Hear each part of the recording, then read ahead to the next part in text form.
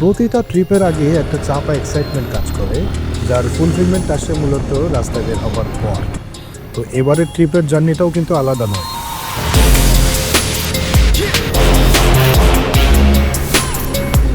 Hello ভাই brothers, you guys watching me on my channel Madventures. আমি যাইতেছি হচ্ছে রাঙামাটির রাস্তায়, আর সকাল 6টায় রওনা দিচ্ছিলাম। রাস্তায় প্রচণ্ড জ্যাম, যেটা আপনারা অলরেডি দেখছেন। আমি এখন যে জায়গাটাতে আছি এটা হচ্ছে তৃপ্তি হোটেল, খুব নাম করা হোটেল এই ঢাকা চিটাগাং হাইওয়ের পাশে। মূলত ঢাকা চিটাগাং না, ফেনী শহরের একটু আগে আর কি। তৃপ্তি হোটেল মূলত পাখির মাংসের জন্য বিখ্যাত। সবাই এখানে আসা যাওয়ার পথে এখানে দাঁড়ায় শুধুমাত্র বিভিন্ন রকমের হাঁস এবং বিভিন্ন রকমের পাখির মাংস এক্সপিরিয়েন্স করার জন্য। তো আমরা কি এক্সপিরিয়েন্স করলাম চলুন দেখে আসি।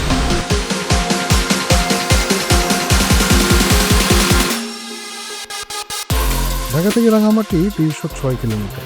এই রাস্তায় ঢাকা চিটাগাং হাইওয়ে যেমন পড়বে, তেমনি পাহাড়ি রাস্তাও পড়বে, তেমনি বাইপাসও পড়বে। আমাদের সাথে বৃষ্টির একটা অদ্ভুত কানেকশন আছে। আমরা ঘুরতে বেরোলেই বৃষ্টির কবলে পড়ি।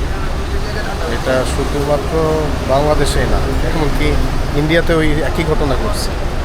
তো এটা আসলে নতুন কিছুই না।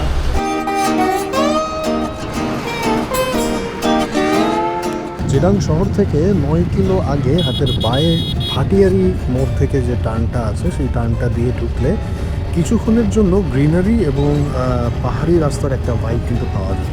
এই রাস্তায় অবশ্য একটা লেকও আছে, ভাটিয়ারি লেক। সময় স্বল্পতার কারণে আমরা আসলে দাঁড়াই না।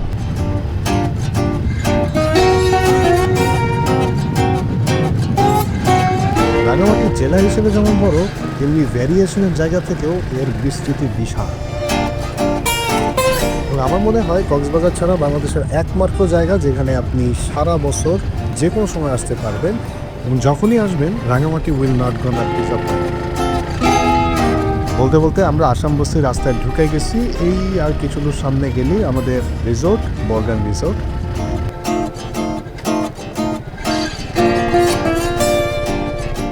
আমরা যখন রিসোর্টে পৌঁছালাম তখন কিন্তু বিকেল হয়ে গেছে, যেটা আমাদের মোটেও প্ল্যানে ছিল। 6:15 বাসার থেকে বের হয়ে এখন বাজতেছে 4:30।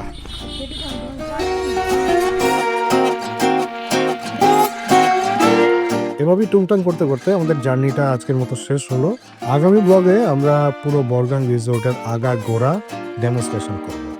So stay tuned and keep doing travel, exploring and adventure with Madventure.